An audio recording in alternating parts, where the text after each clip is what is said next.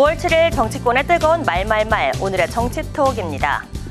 오늘의 첫 번째 주제는 단일화 역사입니다. 선거 때마다 빠지지 않고 나오는 게 바로 후보 단일화죠. 최대 변수로 작용했던 후보 단일화가 이번 21대 대선전에도 단골 소재로 부상한 모습인데요. 단일화의 역사는 마지막으로 대통령 직선제 개헌이 이뤄진 13대 대선부터라고 할 수 있는데요. 그중 가장 손꼽히는 단일화는 단연코 DJP 연합이 아닐까 싶습니다. 당시 새정치국민회의의 김대중 후보와 자유민주연합의 김종필 총재는 극과 극의 행보를 보이며 연합을 기대할 수 없었는데요. 하지만 조건부를 내걸고 연합을 성사시키며 김대중 후보가 한나라당의 이회창 후보를 꺾고 대통령에 당선됐었습니다. 후보 단일화를 통해 판세를 뒤집어 승리한 대표적인 사례도 있습니다. 바로 2002년 대선에서 보여준 노무현, 정몽준 후보의 단일화인데요.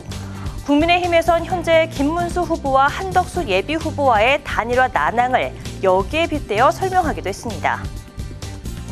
당시 민주당에서도 2002년 노무현 후보의 지지율이 자꾸 떨어지고 또 당시에 월드컵으로 정몽준 후보가 오르자 단일화 하고 그 단일화 진통이 문구 하나 가지고 버티고 나중에 결국에는 또 철회도 되고 하는 이런 큰 롤러코스터가 있었지만 결국 노무현 대통령의 당선에 결정적인 요인이었거든요. 민주당 노무현 후보와 국민통합 21의 정몽준 후보는 선거일 33일 전 단일화에 합의했지만 대선 전날 밤 정몽준 후보가 노무현 후보 지지 철회를 선언하면서 정치권은 혼돈에 빠졌는데요. 하지만 결국 노무현 후보가 한나라당 이회창 후보를 꺾는 데 성공하면서 단일화로 막판 판도를 바꿨다는 역사를 쓰기도 했죠. 후보 단일화가 승리의 열쇠가 된 적도 있지만 꼭 그런 것만도 아닙니다. 지난 18대 대선에선 민주당 문재인 후보와 무소속 안철수 후보가 우여곡절 끝에 단일화를 이뤘지만 협상 과정의 진통과 협상 결렬 뒤 전격 사퇴가 이어지면서 대선 승리로 연결되지 못했는데요. 지난 대선에서도 국민의힘과 더불어민주당 모두 막판 단일화를 성사시켰지만 윤석열 후보의 당선으로 이어졌습니다. 이번 대선에서도 단일화를 둘러싼 잡음이 끊이지 않고 있는데요. 21대 대선의 단일화 역사는 어떻게 쓰이게 될까요? 이어서 두 번째 주제는 우리도 뛴다입니다. 군소정당 후보들도 속속 술사표를 던지고 있죠. 일찌감치 출마 의사를 내비쳤던 이준석 개혁신당 대선 후보. 정치개혁 의지를 밝히며 각오를 다졌는데요. 이준석이 지금까지 치러온 선거 중에 어렵지 않은 선거가 어디 있겠었습니까? 그리고 지금 이 탄핵 대선이라는 특성 때문에 표가 한쪽으로 몰려가고 있는 것처럼 보이지만은 저 이준석도 당연히 계엄에 반대하고 탄핵에 찬성했던 그런 정권 교체를 이뤄낼 수 있는 인물이기 때문에 안정적이고 그리고 협치가 가능한 형태의 정권 교체를 바라는 분들이라면은 이준석에게 조금씩 관심이 늘어날 것이다 이렇게 생각합니다. 이런 가운데 조국혁신당은 당원 투표를 통해 독자 후보를 내지 않기로 결정했죠.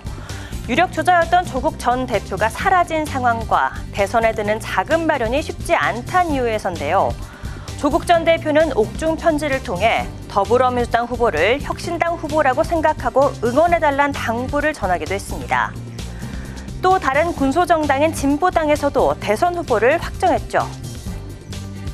캐스팅 보트를 쥐기 위해서 완주를 결심한다는 것은 자칫하면 우리 국민들에게 진보당이 외면받을 수 있는 시작이 되지 않을까 하는 우려가 있다는 점 말씀드리겠습니다. 앞으로 펼쳐질 복잡한 정치 상황에 대해서도 누구도 예단할 수 없습니다. 선거 구도가 어떻게 될지도 알 수 없습니다. 그래서 진보당은 모든 가능성을 열어놓고 준비해야 한다고 생각합니다. 김재현 진보당 후보는 윤석열 정권의 지난 3년 퇴행을 넘어설 수 있는 진보적 대안 정책을 내놓겠다고 밝히면서도 모든 가능성을 열어놓겠다며 민주당과의 단일화 여지를 남겨둔 상황입니다. 2024년 총선에서 원외 정당으로 빌려난 정의당은 당명을 민주노동당으로 변경하며 권영국 대선 후보를 내세웠습니다. 진보 3당과 노조단체와의 연대를 강조함과 동시에 공동 대응을 하기 위한 조치로 당명을 바꿨다고 밝혔는데요. 양극단 진영 정치를 넘어서 국민 통합을 이뤄야 한다며 목소리를 높였습니다. 거대 양당 구조가 고착화된 지금의 정치 상황 속에서 소수 정당 후보들의 대권 행보에도 유권자들의 관심이 필요해 보이는데요. 이번 대선에서 어떤 역할을 하게 될지 또 얼마나 유의미한 득표를 거둘지 귀추가 주목됩니다. 지금까지 오늘의 정치톡이었습니다.